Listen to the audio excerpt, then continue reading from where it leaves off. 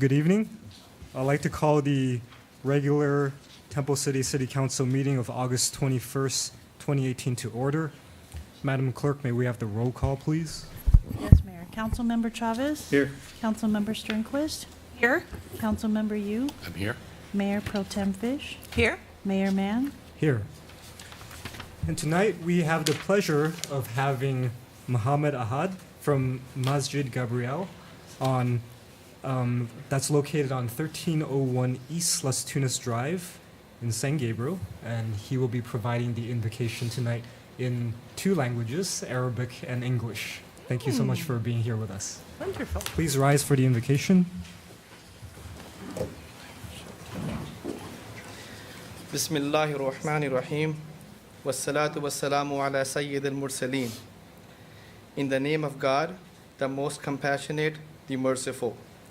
All praises be for you, O God, the Lord of the whole universe, the most compassionate, the merciful, and the owner of the day of recompense. Unto you, God, we serve, only you alone we seek for help and salvation. Please guide us to the righteous path, the path for those whom you have blessed, graced, and favored unto them, and never to those who evoked your anger or your wrath, and not of those who have gone astray. Amen. Thank you. Amen. Please remain standing for the Pledge of Allegiance. Troop 161 will be leading us in the Pledge of Allegiance today. Eagle Scout Anthony Hahn will be leading, along with Scouts Nicholas Kong, Duncan Vergara, Corey Nguyen, and Jason Dong.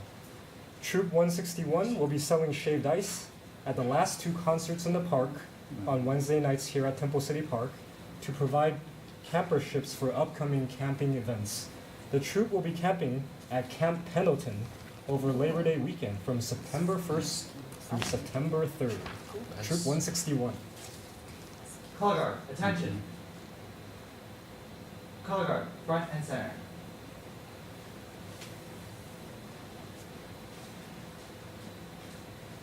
Color guard, forward march. Halt. Please post the colors.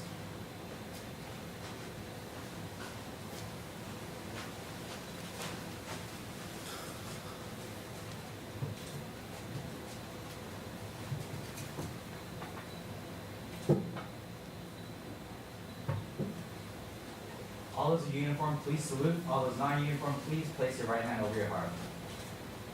Please join me in the Pledge of Allegiance. Ready? Begin. I pledge allegiance to the flag of the United States of America and to the republic for which it stands, one nation, under God, indivisible, with liberty and justice for all. 2. Color guard, reform.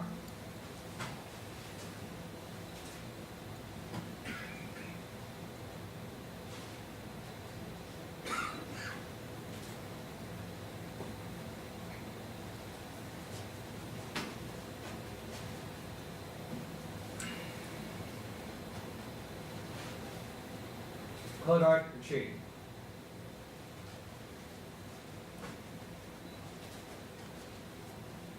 Halt. Color guard dismissed. The audience may now be seated.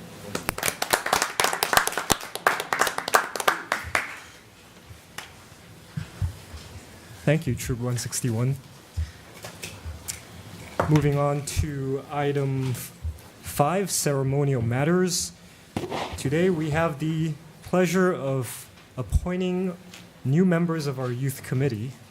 And before we get into it, I would like to have Councilmember Chavez maybe give us some introductory remarks.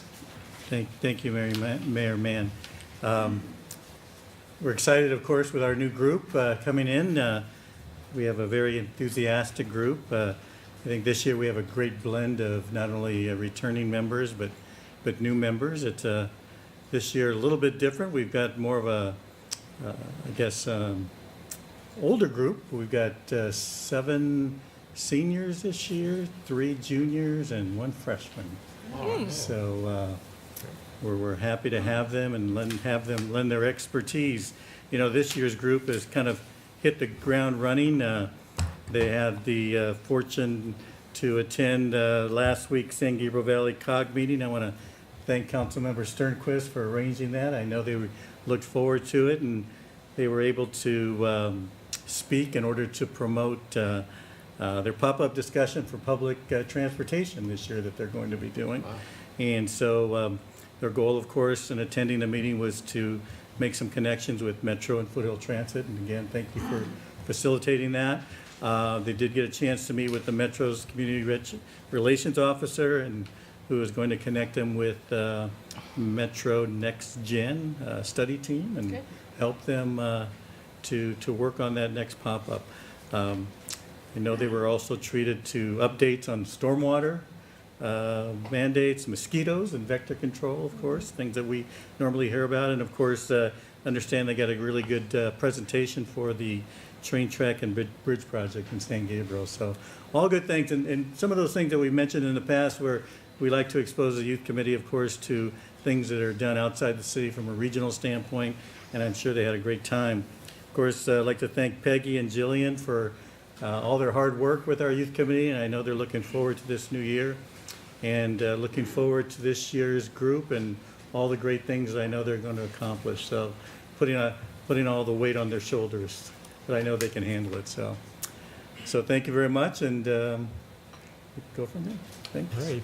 Thank you, Councilmember Chavez. And so I'd like to maybe invite all of council to help present certificates of appointment to each of our new youth committee members. So we'll go up to the podium, please.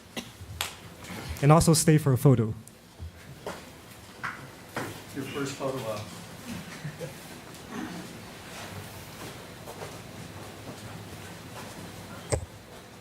All right, so first off, we have a certificate for Amanda Zoe. Next we have Chase Dodge, Heidi Ho, Kelly Durr, and of course, Christy He.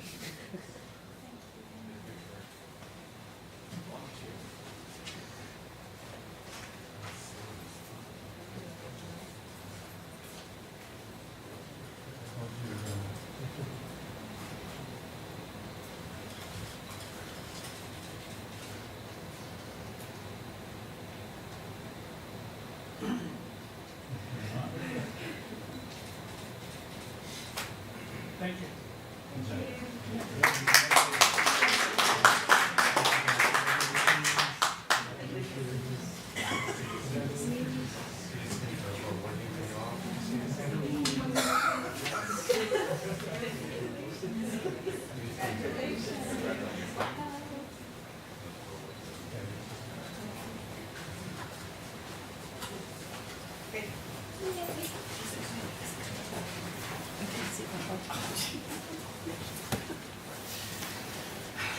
Just real quick to put it all into perspective, we had over 30 applications this year.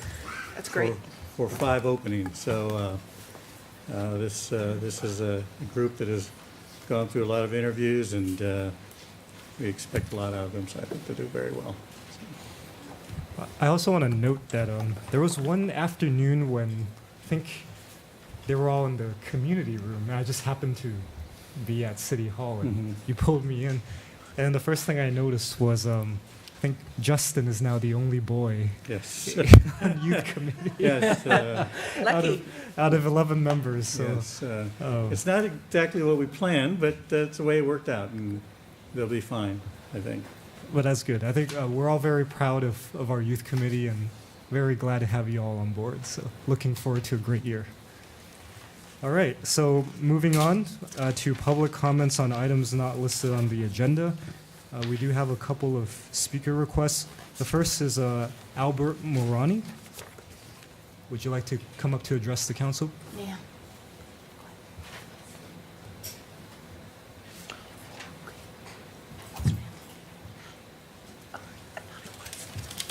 I wasn't sure. It's like, Good evening, council members. Good evening. I would like to have the city council amend the current ordinance, I believe it's 161018U, which is the ban on any cannabis businesses in the city. I would like them to amend it to allow a medical-only cannabis apothecary business. And let me stress again that I am talking about a medical-only cannabis apothecary business. We would like to work with the city to make this mutually beneficial for the city and all of its residents. So, a little bit of a brief history. Before 1937, cannabis was used in a lot of different types of medicine. And it was common to have in your local stores and local accessibly to anyone. And with that, a little history of our bodies. Our bodies have an endocannabinoid system built into us in our dietary tract, in our brain, throughout our bodies that uses the parts of the cannabis plant. With that being said, currently, the FDA has approved a new cannabis medicine for the treatment of epilepsy. That is called Epilex. It is for the treatment from two severe forms of epilepsy. That would be the Tourette syndrome and the Lennox-Gastaut syndrome. Currently, the company that's making that is GW Pharmaceuticals. They're also doing other research and investigating what other illnesses this medicine may be helpful with.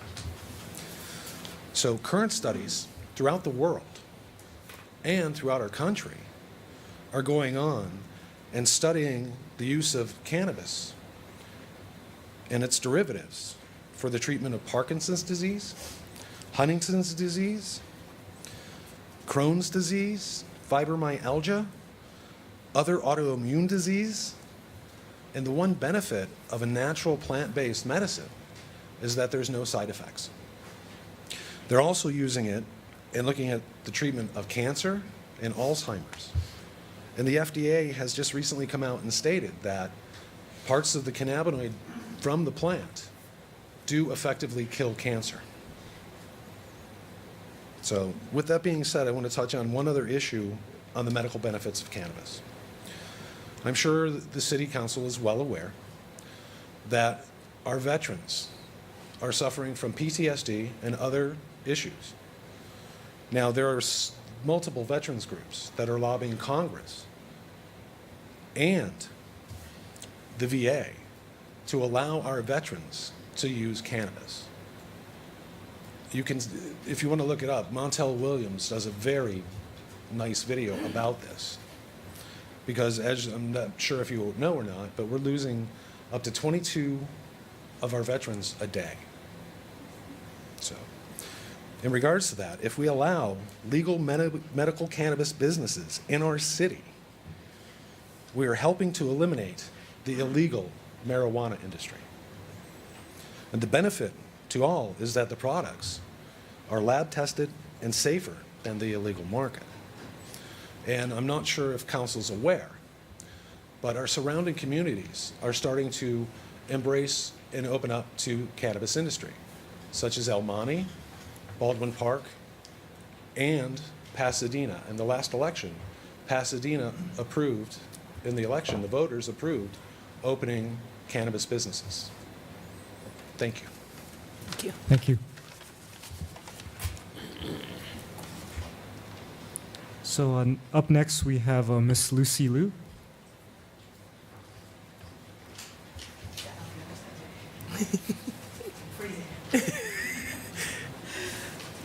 Good evening.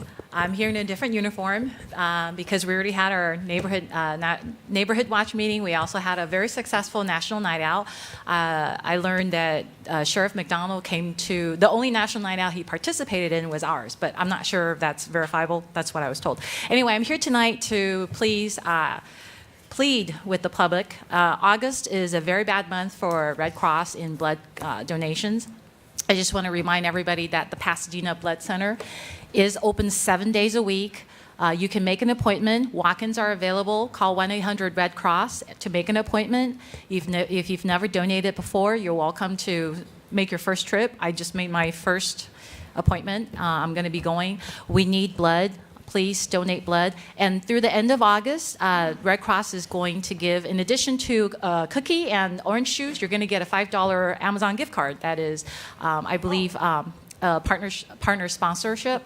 So this is how desperate we are for blood. Please come donate blood if you are if you're healthy, if you're capable of. If you haven't donated in the last 56 days, please. The blood donation center is at 133 North Altadena Drive in the city of Pasadena. Again, it's open 7 days. Please call 1-800-RED Cross. If you have any questions, you can go online to check to see if you have conditions that will forbid you from donating. But I think almost everybody can donate as long as you're 18 and over and and you're not sick. So please, we need blood donations. Thank you.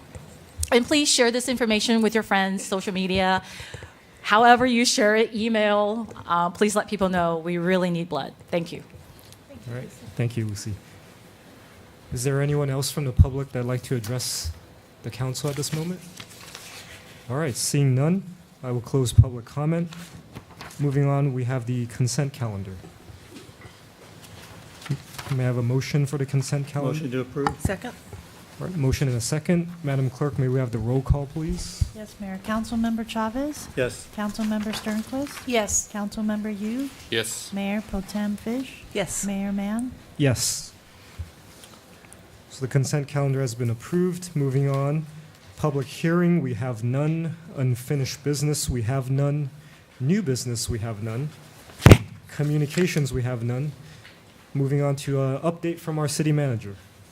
Mayor Mann, I'll be reporting along with Councilmember Fish, or Mayor Pro Tem Fish, on one item in a few moments. Okay, so we'll wait till then. Thank you, sir. Okay. Update from our city attorney. Also none tonight. Okay, all right. All right, then moving on to council reports regarding ad hoc or standing committee meetings. Do we have any reports? I don't have a report, but I just have a question. Are we, have we scheduled or tried to schedule a standing committee meeting with the school district? Do you know where we stand with that? Or Not yet, yet. but we. can we do that? It's been a while. And we I think we were going to discuss some things with that too. Oh, okay, so Yes. we're still kind of, Yeah. yeah, all right. I had forgotten what we were going to be doing or how we're going to do that, but I know we traditionally don't, we let them kind of get started at the Yes, first exactly. year, and then maybe And shoot say get for settled in. end of September, beginning of October, something like that. Just want to put it out there, so, Will do, sir. all right, thank you. All right, so seeing no other meetings, reports, we'll go on to council items separate from the regular agenda, starting with Councilmember Chavez. Thank you, Mayor Mann. Just a couple of quick things. Give a shout out to Tony Villalobos for our city softball game we had. God, when was it, Kathy? 2 weeks ago now? It was almost 2 weeks ago. Yeah, we all survived, barely. It was pretty hot out there, but it was. There was some pretty good. We have some pretty good softball players in the city. Some big guys that hit the ball pretty hard, and some very good young women that play very well as well. So. Thanks a lot for that. That was a lot of fun. Also, just I want to thank the commissioners for the commissioners dinner we had. It was a great time. It's always nice to get together in an informal setting to get to know our commissioners a little better. And it was a good evening, I think, for everyone. And so I want to thank staff and Mayor Mann for putting that together for us. So, and that's all I have. All right, Thank thank you. Next, we have Councilmember Yu. Nothing tonight. Thank you. All right, thank you. Councilmember Sternquist. Maybe Eric can help me. At the Council of Governments, I tried to look up my notes and somehow they're in email heaven. But there was, the League of California Cities had sent out a notification asking for support from cities regarding, I believe it was Assembly Bill 64, some changes that in the language that would make municipalities force them to be able to have deliveries of marijuana in their cities. And so the 30 representatives at the Council of Governments voted to vote in support of the League's position. So can you explain a little bit more? Do you recall that the changes, the wording, Eric? It was not a change to Prop 64. It was in the a- draft stage, right? It was a potential state legislative bill Okay. that would be passed that would make any city who had a prohibition against any kind of cannabis business not applicable to deliveries in your city. The league is opposing that. We would encourage you to also impose it just for the sake of local control. It's generally very difficult to enforce a prohibition against deliveries because they come, it's like trying to say, no, Uber can't operate in your city. You don't know where to catch them. But we do encourage you to oppose the bill that would further reduce your local control as to what businesses operate in your city. Okay. And I think the league has a form letter of opposition that they've circulated with regard to that. I actually brought that. I left it in my car, but I will give it to Brian so that he can. I think we all got that email. Did you get that? I remember getting the Okay. email. So the Council of Governments voted to do that. Okay. I think that's it. And just ditto on all the comments regarding the youth committee and what did you mention about Kathy? Commissioner dinner. The softball game and the Softball game. commissioner's dinner was lovely, yes. It was just a really nice opportunity at the Council of Governments to show the youth committee off, and I think there were, Peggy, how many came?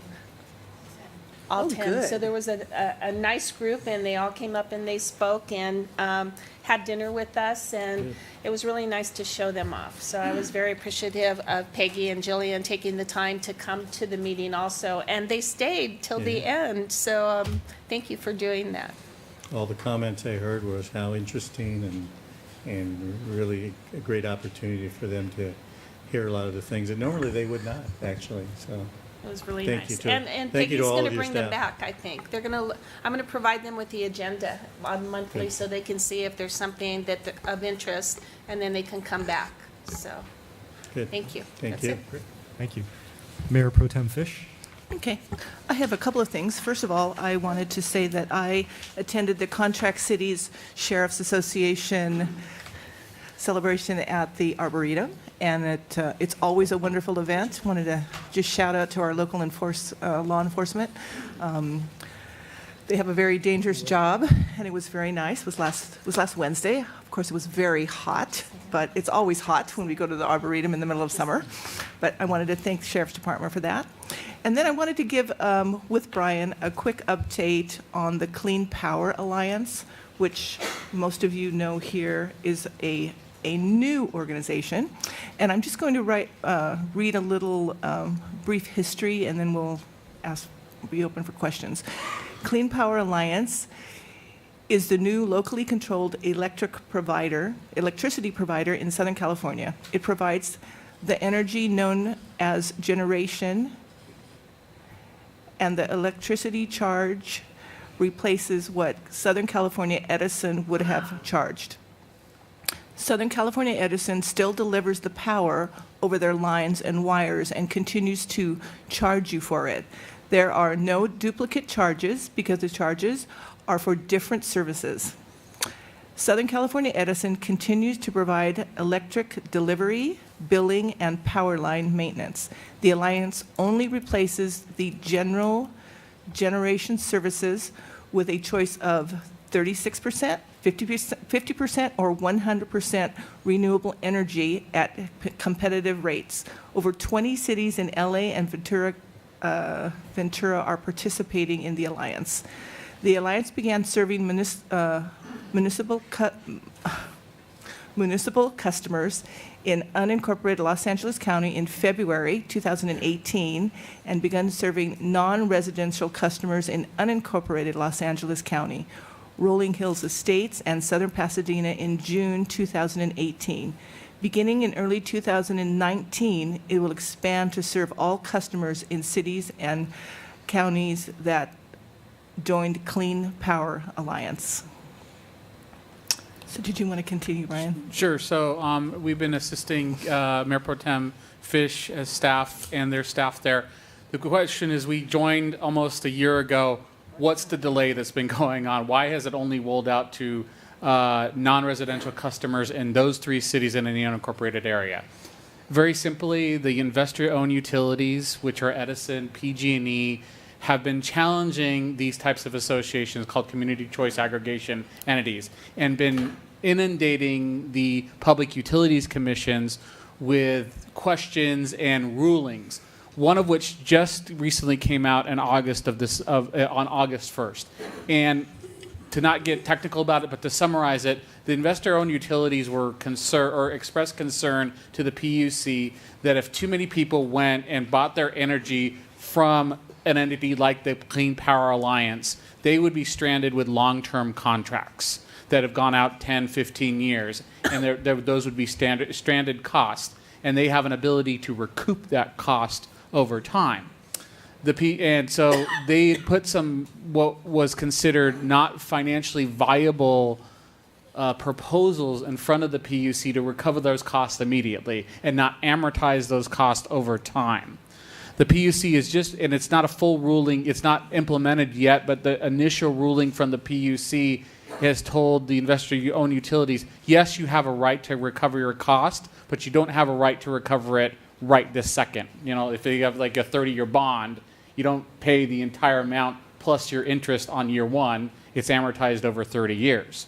So what this ruling did, if the PUC had ruled that, okay, community choice aggregation entities like Clean Power Alliance, if you have customers that exit, then they got to pay this big bill up front, it would have destroyed the entity financially, is really the bottom line. What the Clean Power Alliance has done with their consultants and their legal team is said, okay, well, this makes more sense over time. And actually their financial models anticipated there would be exit fees that would amortize over the life of long-term contracts, not the upfront. So this is one big hurdle that the Clean Power Alliance has kind of leapt over. There is anticipation that the investor-owned utilities will continue to ask the PUC for either clarifications in implementation, because you have major parts of Ventura County and the County of Los Angeles in this program. So it's passed. So the question has come up several times. What's going on? Why haven't we heard about when the rollout is happening? Well, they were waiting for this one PUC essentially ruling. That may not be the right technical term. PUC stuff gets pretty technical, but that was one of the key things they were waiting on. So this fall they'll be able to evaluate and then report back to the board, of which Mayor Pro Tem Fish sits on, about when that rollout will be. Who's going to be reporting to the board? The staff from Clean Power Alliance, so the county and the staffing that's been provided. County council is still Yeah, there's the lawyers, the attorneys for the Clean Power Alliance. So all of them will be reporting out in the next couple months. Well, I can recall about a year ago when we started discussing this, that some of the concerns that were expressed at that time were, you really think Edison's going to sit back and do nothing? And I certainly didn't think that was going to happen. Since I'm, I guess, on their mailing list because You're the alternate. am I alternate, I guess? Or, it seems like they're always canceling their meetings. They have a meeting and it's canceled. They schedule a meeting and it's canceled. I just don't get it. I have doubts about their business type, their procedural business, how they go about doing things. I mean, I appreciate you bringing that report in. It seems like it's kind of moving along a little bit more, but there really is still no light at the end of the tunnel, it appears to me. I mean, I don't know. I think there's a broader light at the end of the tunnel Okay. at this point. And now they had to get through past a major hurdle, and they seem to have gotten past that major hurdle. But they, in the real world we're dealing with the investor-owned utilities, you can imagine one. But this was, if they didn't pass this hurdle, it would have really made it really financially difficult for the alliance to move forward. But they've passed this hurdle, so that's a significant step forward. Well, since we all decided to join it, I hope they do get everything together, but obviously time will tell, so thank you. Thanks for that report. Are there any other questions from council? No? Mayor Pro Tem Fish, do you have other things you want? You're good? Okay. All right, so I guess I'll wrap it up. There's a couple of things I do want to mention. I do want to take this moment to thank Sheriff Jim McDonough for joining us on our National Night Out. I thought it was a great privilege and honor to have him. It was also great to have Commander Caron Jacob join us. That was really nice. That was very nice of her. And of course, Captain Dave Flores, as well as the rest of the Temple City team. We got two today. We got Reserve Deputy Ed Chen and Sergeant Ron Miranda. Thank you for your service and thank you for representing us so well. So yeah, National Night Out was a great success.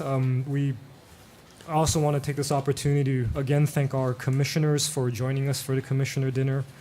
I think that was 2 Fridays ago. And just so everyone knows, we were at Banana Bay, and to my surprise, I want to say 80% of our commissioners have not been to that restaurant. So it was kind of So nice, good. to have everyone try something a little different than their usual course. And I think the feedback was generally positive. So I want to thank the commissioners again. They don't get paid; they're volunteers. So this is one of the small things we do as a city to thank them for their service to our community. And also, just to let everyone know, if you recall, last month we did adopt a resolution to form a sister city relationship with the county of Hualien in Taiwan. And this Thursday, we have the pleasure of having some of their delegates visit us here at City Hall. So we just have something small prepared for them. And I hope council will be able to join us if your schedule allows. And we will also have a more formal signing ceremony that's actually hosted by the Taiwan Benevolent Association this Saturday. And so while my sort of take on this is, I didn't really think we needed to do too much of a fanfare for something where we haven't really accomplished much from a subsistence standpoint. It's still a important first step towards hopefully a long and enduring journey. I think it will be a greater cause for celebration when we are able to actually achieve some of the goals outlined in the resolution that we as a city adopted. And amongst those, one of the most important ones is to essentially replicate what we have done with our sister cities in Hawkesbury, Australia. And that is to promote sort of a student ambassadorship program that allows us to our students here to experience the culture there and vice versa. So I just wanted to note that because I think it's still an important milestone in this journey, and we'll see how we do. You know, Mayor Mann, I just want to, just along those same lines, Becky, help me, I'm having a brain freeze. We just had one of our youth members come and visit us. Patrick, one of our youth committee members from a couple of years ago, and he has family in Taiwan. Really? And he had just returned, and I mentioned to him that we were developing a sister city relationship, and he was all excited. He says, yeah, that's a great location, a great area, and he thinks it's going to work out really well. Oh, that's good. So that was good to hear. Good. So he's familiar with it, and so he was pretty excited about it. So Good. So as we develop it, we'll be reporting back to everybody here as well as the public to see how we come along. But as we've learned from everyone who's sort of supported the Australia sister city, it does take a lot of time and effort. So it's not something that we're going to see overnight develop. It's going to take some time. So. And last but not least, I did want to mention that this Friday I'll be joining staff and our consultants to pass out some flyers for the parking study that our consultant Transpo has been doing with us. Part of the reason for me wanting to join them was I kind of felt like with a lot of the outreach stuff that we've done, I wanted to maybe see if we can approach it just slightly differently. There's a lot of times when we do these studies, we delegate to staff, which is appropriate and the right thing to do. But however, considering some of the longer term goals that we have as council, I figured one of the important things is to kind of try to establish maybe more of a personal relationship with some of our business owners, kind of get to know who the stakeholders are within the areas that we're trying to improve. And as some of you know here on council, when you approach someone with the title of mayor, I think they respond a little bit differently. So this is sort of like an experiment, and I want to thank staff for accommodating me on this journey. I hope I don't interfere with what you guys are actually doing. And I think we also learned a little bit from, I know staff mentioned Councilmember Chavez's business visitation programs that you've done in the past, and sometimes adding that little bit of a personal touch does add sort of an invaluable angle or perspective. So we'll see how that goes. And it works both ways too, because it's not only them getting to know us, but us getting to know them. And I remember when we did those visitations, just to know some of the things about some of the businesses that we have in town. It's just, you would never have known had you not gone there. So it works both ways. So I'm glad to see we're still moving along in that direction, and hopefully it'll be a success. And they do appreciate it. I agree with you. So, great. good Thank luck. you. Yeah, and also maybe Brian, correct me if I'm wrong, but the stakeholder meeting is actually the actual stakeholder meeting where Transpo and staff will be meeting with the business owners is scheduled for Friday on August 31st. Correct. Right? Okay. So this Friday is just passing out the flyers to invite them to join us the following Friday. So perhaps that'll get more people to show up. Probably should offer something to eat or drink. Refreshments are always a good way of getting people there. All right, so having said that, moving on to item 16, reimbursements, we have none. Item 17, additional public comments. Do we have anyone from the public that'd like to address the council at this moment? All right, seeing none, I will close public comment, and we are adjourned.